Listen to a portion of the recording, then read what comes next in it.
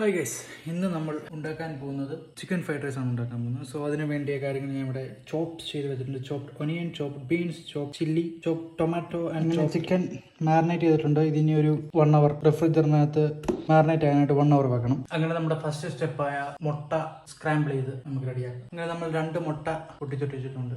ഒരു pinch salt. അങ്ങനെ നമ്മുടെ എഗ് സ്ക്രാമ്പിൾസ് റെഡി ആയിട്ടുണ്ട്.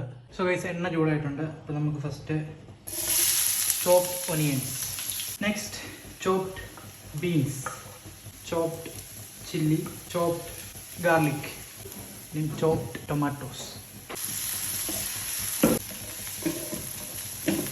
അങ്ങനെ ചിക്കൻ വെച്ചിട്ട് ഏകദേശം 1/2 മണിക്കൂർ 3/4 മണിക്കൂർ എടുത്തായി. നമുക്കിതിൻ്റെ നേരെ എയർ ഫ്രയറിലോട്ട് കയറ്റാം. അങ്ങനെ നമ്മൾ ചിക്കൻ റെഡിയാക്കി ഫ്രയർ കയറ്റിയിട്ടുണ്ട്.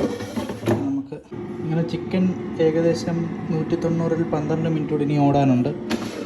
നോക്കാം എന്തേരെ ആയ. ഇനി ഒരു 12 മിനിറ്റ് കൂടി ഇരിക്കട്ടെ.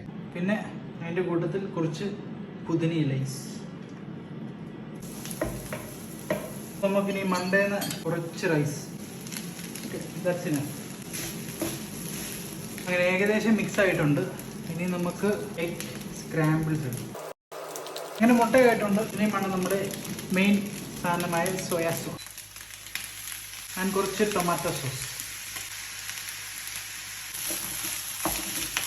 ആൻഡ് ടോപ്പിങ്സ് ആയിട്ട് കുറച്ചുകൂടെ പുതിനയിലയും ആൻഡ് അങ്ങനെ നമ്മുടെ ഫ്രൈഡ് റൈസ് ഏകദേശം റെഡി ആയിട്ടുണ്ട് ഗൈസ്.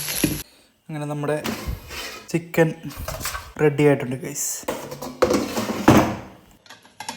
അങ്ങനെ എനിക്കും അനിയനുമുള്ള ഫുഡ് റെഡി ആയിട്ടുണ്ട്. ഇനി ഇത് ടേസ്റ്റ് ചെയ്ത് നോക്കിയിട്ട് ഇതിൻ്റെ രുചി പറയാം. സോറി ഗൈസ്, അനിയൻ റിവ്യൂ എടുക്കാൻ പറ്റിയില്ല. വിശപ്പ് കാരണം പെട്ടെന്ന് കഴിച്ചു. And this is good. കുഴപ്പമില്ല, വലിയ രസമില്ല, എന്നാലും കുഴപ്പമില്ല. ഓക്കെ, അപ്പം എല്ലാവർക്കും ശുഭദിനം. Bye bye.